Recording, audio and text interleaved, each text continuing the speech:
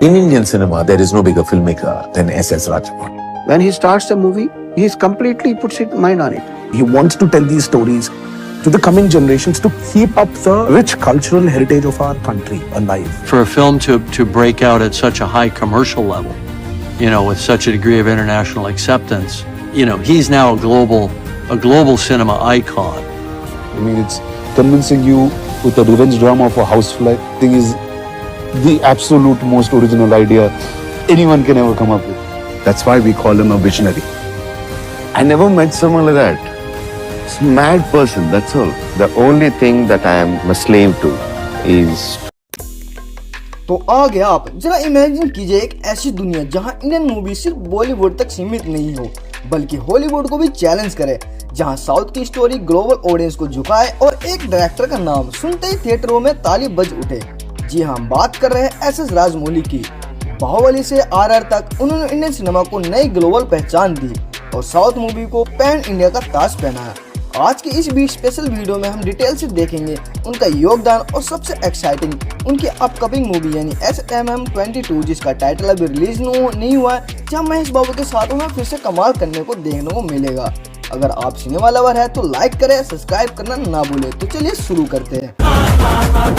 Fight लाग ఉండాలి।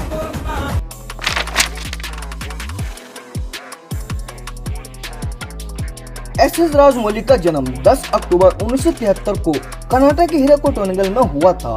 उनके पिता विजेंद्र प्रसाद एक स्टोरी राइटर है जिन्होंने आर.आर. जैसी स्क्रिप्ट लिखी। राजमौली ने असिस्टेंट डायरेक्टर के रूप में शुरुआत की, लेकिन जल्दी टीवी सीरियल डायरेक्ट करने लगे।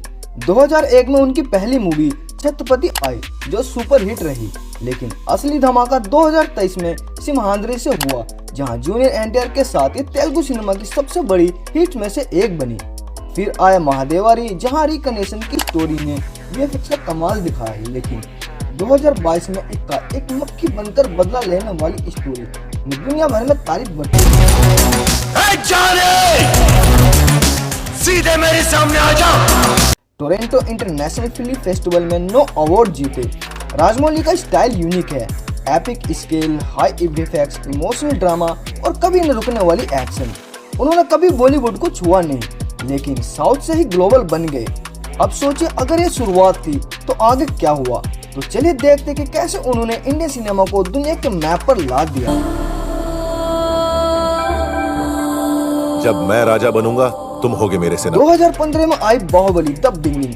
प्रवास की मूवी इंडियन की सबसे महंगी मूवी की बजट थी। बजट 180 करोड़, लेकिन रिलीज पर धमाल मचा दिया।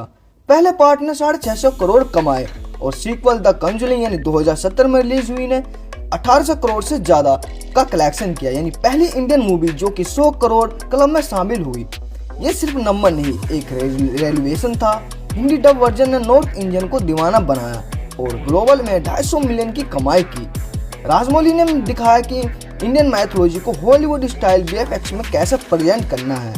फिर 2022 में आया RRR राइज रोड। सामने से वार करना होगा, जो भी रास्ते में आए उसे काट। जूनियर एनटीआर और रामचरण ने ब्रिटिश राज के खिलाफ फाइट दिखाया, लेकिन फिक्शनल ट्विस्ट के साथ। बजट 550 करोड़, लेकिन वर्ल्ड वाइड 1250 करोड़ की कमाई की। और सबसे बड़ा सरप्राइज तो यह है कि नाटू नाटू सॉन्ग ने ऑस्कर जीता। पहली बार कोई Indian song best original song बना। फाइट लाग ఉండాలి। Golden globe, critic choice award सब जीते। न्यूयॉर्क टाइम्स ने लिखा, आर.आर. ने इंडियन सिनेमा को बैक टू ग्रेटनेस ला दिया। राजमौली ने कहा है कि मैं ऑडियंस के लिए बनाता हूँ, क्रिटिक्स के लिए नहीं। आर.आर. ने प्रूव किया कि साउथ की स्टोरी यूनिवर्सल है। फ्रेंडशिप, रेलिवेशन, डांस, आज इंडियन सिनेमा को ग्लोबल रिकग्निशन मिला तो क्रेडिट राजमौली को ही जाता है। उन्होंने दिखाया कि हमारे कल्चर को गर्व से प्रेजेंट करो, दुनिया खुद आ जाएगी। बाहुबली और आर.आर. के बाद साउथ सिनेमा ने उड़ान भरी। पहले बॉलीवुड को इंडियन सिनेमा समझा जाता था, लेकिन अब साउथ ने वह टैग छीन लिया है। 2023-24 में साउथ मूवी ने 70% बॉक्स ऑफिस शेयर लिया। KGF चैप्टर 2 जो कि 1200 करोड़ का कलेक्शन किया, पुष्पा दिराई जिसे 350 करोड़ का कलेक्शन मिला, कंतारा जो कि 300 करोड़ और कल की 2898 AD जो कि 100 करोड़ से ऊपर के क्लब में हिट्स दिए। 70वें नेशनल फिल्म अवार्ड में साउथ ने डोमिनेट किया। मलयालम, तमिल, तेलुगु को बेस्ट अवार्ड्स। राजमौली ने पैन इंडिया कॉन्सेप्ट दिया। डब वर्जन ने नॉर्थ इंडियन तक रीच पहुंचाई। अब यूएसए में आरआर ने $16 मिलियन कमाए।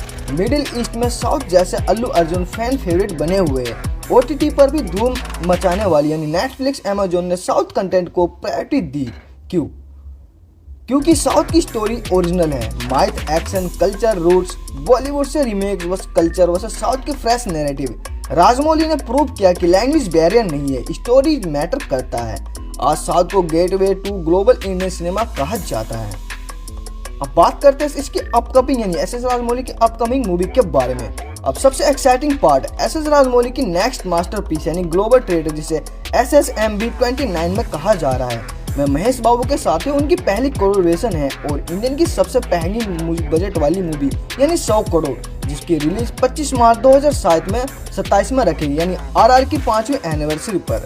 अगर इस मूवी की प्लॉट की बात करें तो एक जंगल एडवेंचर थ्रिल है, अफ्रीका और अमेजोन के जंगल में सेट। महेश बाबू एक आर्कियोलॉजिस्ट एक्सप्लोर निभाएंगे जिनमें लॉर्ड हनुमान जैसे टेररिस्ट स्ट्रॉन्ग वे प्रियंका चोपड़ा जीवन फीमेल रोल में 6 साल बाद इंडियन सिनेमा में कम बैक करेंगे, जिसको स्ट्रीम जियो हॉटस्टार पर किया जाएगा 50,000 फैंस के साथ। टीजर, सॉन्ग, कंटेंट, स्टेट सब कुछ हॉलीवुड स्टूडियो VFX के लिए पार्टनर किया गया है। ये मूवी राजमौली के ग्लोबल ट्रेडिंग वर्जन के लिए जानी जाती है, माइथोलॉजी मिक्स्ड विद एक्शन में। महेश बाबू ने ट्रेलिंग ली है ऑडियंस के लिए एक्साइटेड होना साउथ मूवी के उड़ान भरने के लिए।